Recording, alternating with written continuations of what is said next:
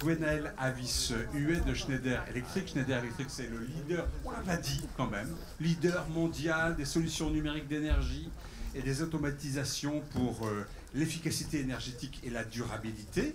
Et Gwenaëlle Avis-Huet, vous êtes membre du comité exécutif en charge de la stratégie, de la durabilité, des fusions-acquisitions, de la qualité, de la satisfaction client. Le mot qui nous concerne particulièrement aujourd'hui, c'est la durabilité, la soutenabilité. Et ce qui est intéressant aussi, c'est que vous avez fait pendant 11 ans carrière dans l'énergie chez Engie. Vous occupiez justement des énergies renouvelables, entre autres choses, aussi de l'Amérique du Nord. On vous écoute, Gwenaëlle Avis-Huet, et on vous accueille avec quelques applaudissements. Merci. Avec plaisir. Donc, je vais vous parler aujourd'hui de durabilité, décarbonation et digitalisation et comment tout cela interagit. Et au travers d'exemples le plus concrets possible pour vous montrer finalement comment la transition peut s'opérer en fonction de différents segments qu'on va regarder. Alors la première question qu'on se pose, c'est finalement on est dans un environnement très incertain, très volatile, beaucoup de choses se passent. Finalement, est-ce que c'est toujours le moment de s'intéresser au climat? Et la question est bien sûr oui. Non seulement c'est important de s'intéresser au climat, mais on est loin d'avoir résolu tous les problèmes. Quand on regarde aujourd'hui tous les engagements qui ont été pris au niveau mondial, en termes de développement durable, en termes de réduction des émissions de carbone, on est très loin du compte. Et quand on dit on est très loin du compte, bien, vous savez que l'objectif est de limiter l'augmentation de la température à 1,5 degré. Et avec tous les engagements qui ont été pris à date, on est plutôt à 2,4 degrés. Donc en fait, pour atteindre l'objectif de 1,5 degré, c'est très simple, il faut réduire les émissions de carbone de 3 fois plus vite qu'on le fait aujourd'hui d'ici à 2030. Voilà, donc le chemin est loin d'être écrit, et donc c'est ce qu'il nous faut faire aujourd'hui. Alors souvent quand on dit ça, la question qui vient juste après, c'est mais finalement, est-ce que c'est possible? Est-ce que c'est faisable? Est-ce que les technologies existent? Et c'est ce que je vais essayer de vous montrer à travers des cas pratiques. Alors la première réponse, c'est bien sûr de dire comment est-ce qu'on fait deux outils, la digitalisation et l'électrification. Pourquoi? La digitalisation, c'est un élément qui permet de gagner en efficacité énergétique. C'est quelque chose qu'on ne pense pas forcément. Moi qui ai travaillé dans les énergies renouvelables, quand on pense décarbonation, on pense immédiatement éolien, solaire, géothermie, on pense à des choses comme ça. Et on a rarement le réflexe de penser à la digitalisation. Or en fait, c'est une façon très simple de réduire la consommation d'énergie et donc de réduire les émissions de carbone. Donc le premier élément, c'est le digital, et le deuxième élément, c'est l'électrification. Et donc aujourd'hui, d'autant plus, compte tenu des incertitudes et de la dépendance vis-à-vis des énergies fossiles, allons plus vite sur l'électrique. À quelle vitesse? Dans quel pas de temps? Et dans quel segment? C'est un petit peu toute la question. Alors chez Schneider Electric, on n'a pas développé une solution, on a développé une multitude de solutions. Parce qu'aujourd'hui, si vous me demandez quelle technologie permet de réduire les émissions de carbone dans tel segment ou dans tel autre, finalement, c'est une combinaison de solutions. Et je dirais, ça se réinvente chaque jour, parce que la demande, elle évolue, parce que les technologies évoluent. Et donc, chez Schneider, nous avons développé plusieurs types de technologies. D'abord, les microgrids, ça veut dire un petit couplage entre des batteries, du solaire, et puis de l'optimisation de la gestion sur un site, par exemple. On a développé des smart grids, on a développé toute l'infrastructure, tout le software associé pour optimiser la gestion de l'énergie. Et puis on a développé des outils de service en matière de développement durable et des outils de mobilité pour accroître la mobilité électrique et de stockage. Juste pour vous donner quelques exemples, mais ensuite c'est bien de prendre des cas concrets, par exemple dans le bâtiment, par exemple dans l'industrie, par exemple dans une résidence individuelle. Aussi, qu'est-ce qui fait notre différence? C'est que nous considérons que nous sommes une impact company. Ça veut dire quoi impact company? Quand on parle réduction des émissions de carbone, finalement on se dit on va regarder ce qui se passe chez nous. Si on regarde les émissions de carbone de Schneider Electric, dans notre scope d'émissions directes et indirectes, finalement ça représente 0,4% de nos émissions, 0,4.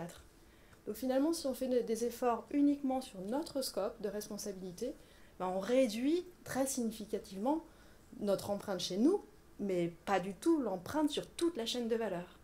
Et donc le message d'être Impact Company, c'est de s'intéresser non pas qu'à nous-mêmes, mais à nos clients et à nos fournisseurs. Et donc d'embarquer beaucoup plus largement autour de nous pour avoir une approche différenciante.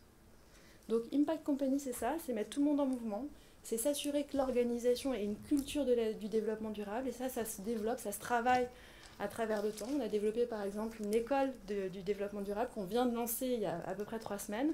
Et pour moi, c'est vraiment important, notamment de développer l'accès au savoir, à la connaissance. On parle de domaines extrêmement pointus, extrêmement techniques, mais en plus de ça, de créer de l'engagement de nos salariés. Donc, Impact Company, c'est ça. C'est vraiment culture, c'est intégrer, c'est avoir un impact sur l'ensemble de l'écosystème, nous, nos clients, nos fournisseurs. Et puis le deuxième volet, c'est s'engager, prendre des commitments, s'engager, avoir des objectifs quantitatifs qu'on puisse communiquer d'une part, et d'autre part qui puissent être auditables. Alors c'est ce qu'on a fait, bien sûr, on a pris des engagements, et pour être en ligne avec la trajectoire 1,5 degré.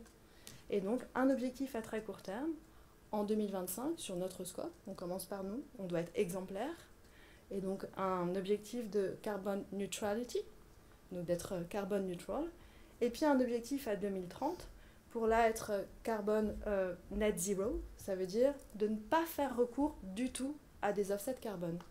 Et puis à partir de 2040, cette fois-ci, on touche toute la chaîne. Et là, vous voyez qu'on parle de quelque chose de complètement différent, puisqu'on ne parle pas des 0,5% d'émissions, mais on parle de tout le reste. Et là, de la même façon, 2040, net zero, et 2050, donc zéro carbone without offset. Vous voyez, progressivement, on commence par nous, et puis progressivement, on engage les fournisseurs et les clients.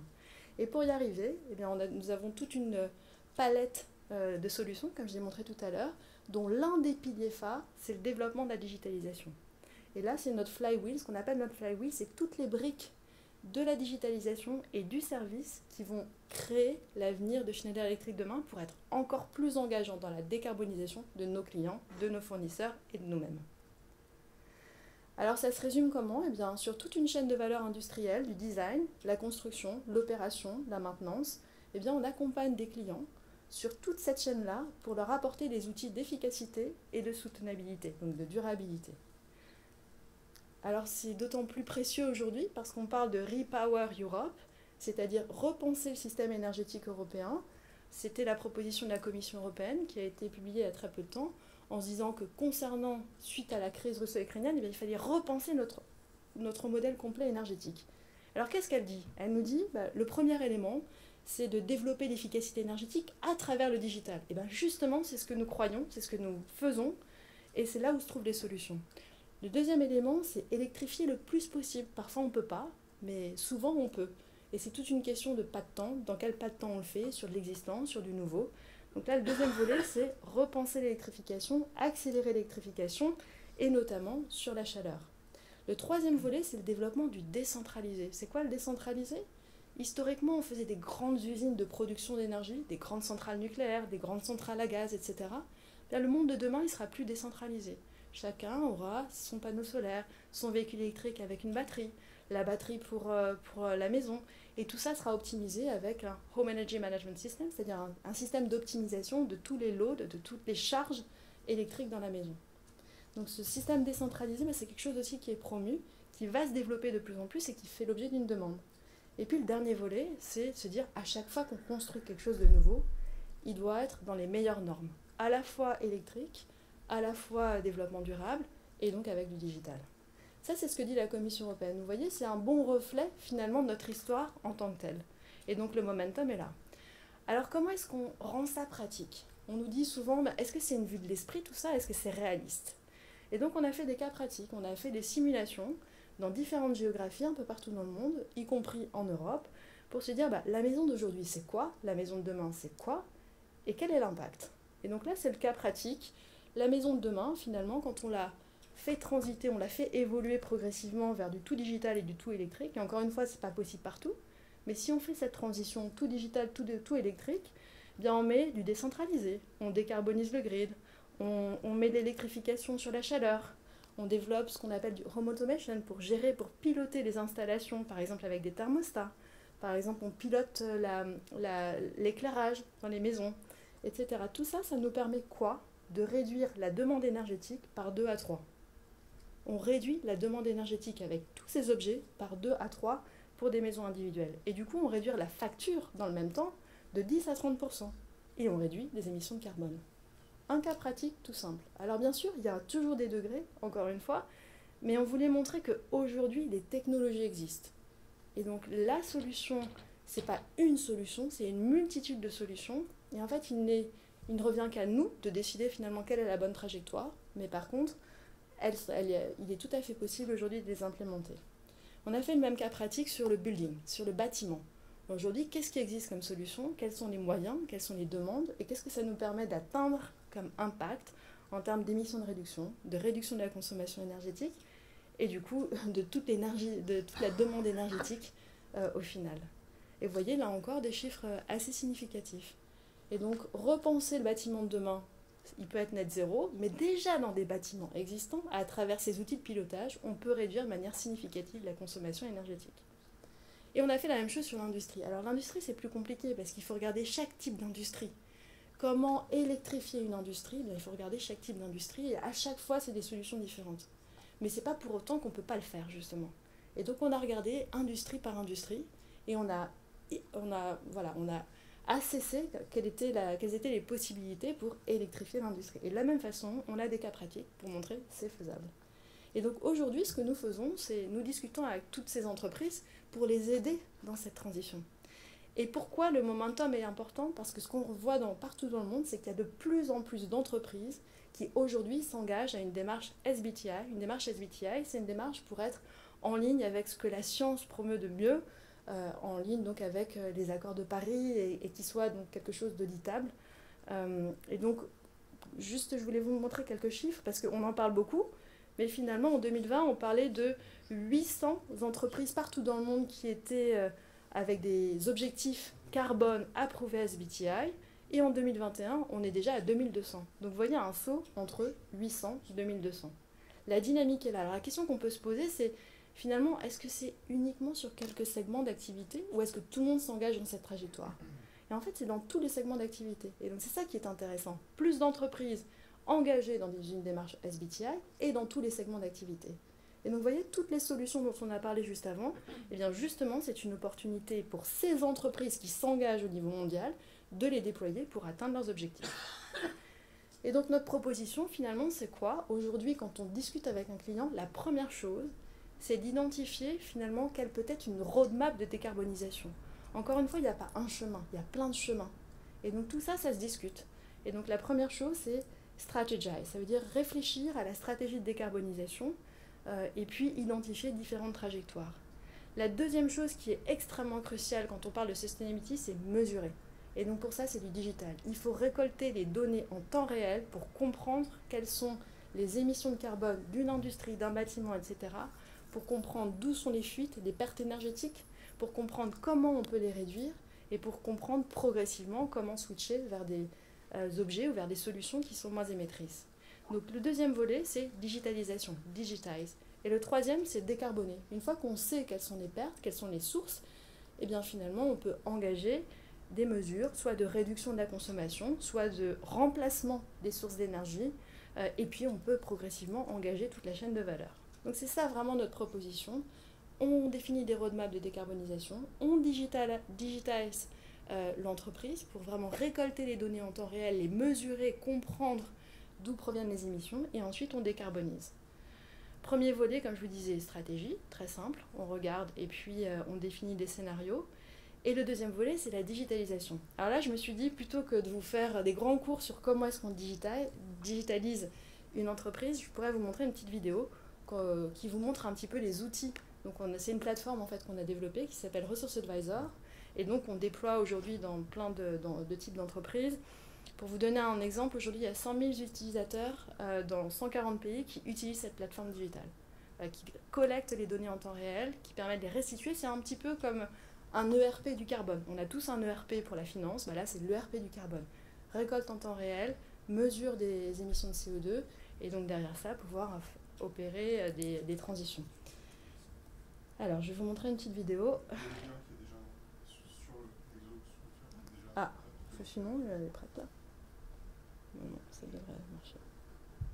Voilà. Single source of truth for an enterprise's energy and sustainability data. Monitor specific energy and resource consumption with access to hundreds of global data streams for comparison, benchmarking, or analysis. This consumption data is also translated into emissions by source, scope, and pollutants to give you your enterprise's global carbon footprint. And dynamic dashboards make it easy for different stakeholders to find the data that they're looking for. The collation and centralization of data from multiple sources, including utility invoice data from vendors, partners, or clients, is automated and managed by our experts, with quality ensured. With connected meters and real-time analysis of consumption patterns across facilities or individual systems, energy-saving opportunities now become clear and actionable. And what's more, a broader view of your energy procurement options help you migrate to not just lower carbon, but also lower cost alternatives, helping you stay on top of your progress and performance on decarbonization initiatives and sustainability goals. A single platform to track all your ESG metrics. Consolidated data and reporting templates streamline external ESG reporting. Partner with our consultants for further support. Resource Advisor is here to help you measure, manage, and accelerate your sustainability journey. Resource Advisor provides a single source of truth Voilà. for an enterprise's energy. Je vais juste repasser à la présentation.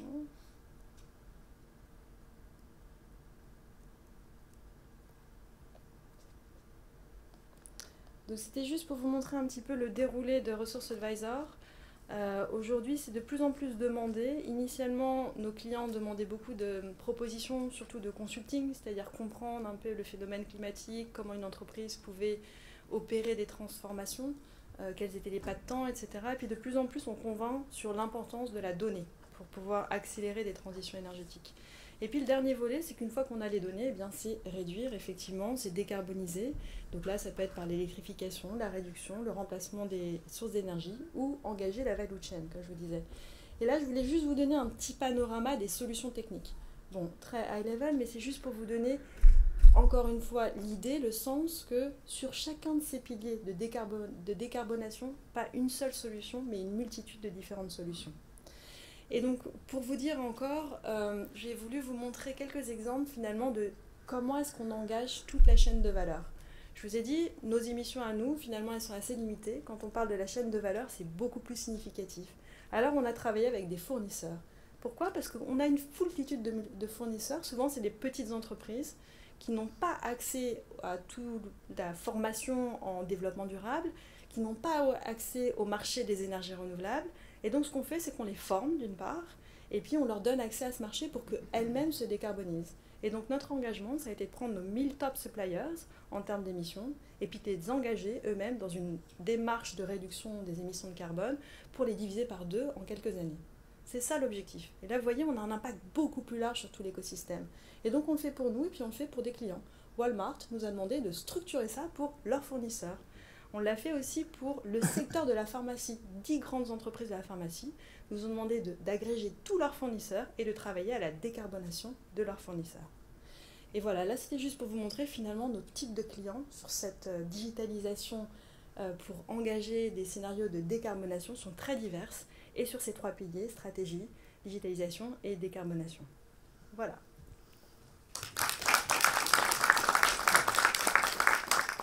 Merci beaucoup, Gwenaëlle Huet. On va prendre une question de madame. Oui. Est-ce qu'on peut vous donner un micro ? Ouais, ça marche ça ? Oui. Donc Alexia Offert du CNRS, je voulais juste savoir, je pense que ça l'est, mais dans les réductions, est-ce que le coût du traitement de la data, il est inclus ? Oui, alors on l'a inclus bien sûr, puisqu'on a inclus le coût des outils qu'on développe pour justement réduire les émissions. Donc on inclut du CAPEX, à la fois du CAPEX pour l'utilisation de la donnée, de l'OPEX parce que derrière il peut y avoir des services, et puis du CAPEX par l'investissement qu'on réalise sur des microgrids, etc. Donc tout ça c'est inclus et ça permet ensuite de calculer. Et alors la seule question que je ne vous ai pas montrée, c'est qu'on est en train de faire tous les calculs de ROI derrière, donc c'est retour sur investissement, pour bien être sûr que c'est quelque chose qui soit rentabilisé à court terme. On va s'arrêter là, je suis absolument navré parce que figurez-vous qu'on a des trains. Et alors vous avez un avion en plus. Oui, enfin pas un avion de décarbonation, on fait un avion solaire puisqu'on fait du parapente, n'est-ce pas ? Voilà.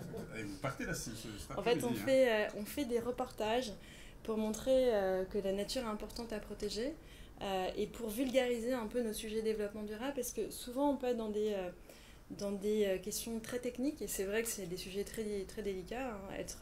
Tout l'engagement qu'on a auprès d'SBTI, c'est des sujets extrêmement pointus. Et en fait, le plus on vulgarise ce qu'on fait, le mieux c'est pour engager. Et donc, Nicolas Plein, qui est chez nous, Schneider Electric, organise des petites séries pour Ushuaïa, pour TF1, etc., pour vulgariser le développement durable. Pour nous, c'est très important. Et donc, il nous a organisé ça aujourd'hui. Et donc, on fait ça en parapente avec une interview en haut dans les airs. Premier son en parapente. Premier son en parapente. Ça sera correct. Bah oui, c'est correct. Merci infiniment d'avoir été avec nous. Avec plaisir. Et n'hésitez pas à me contacter. Et n'hésitez pas à me contacter si vous avez des questions particulières ou si vous voulez qu'on continue la discussion. Avec Excellent. plaisir. Merci beaucoup. Merci Madame.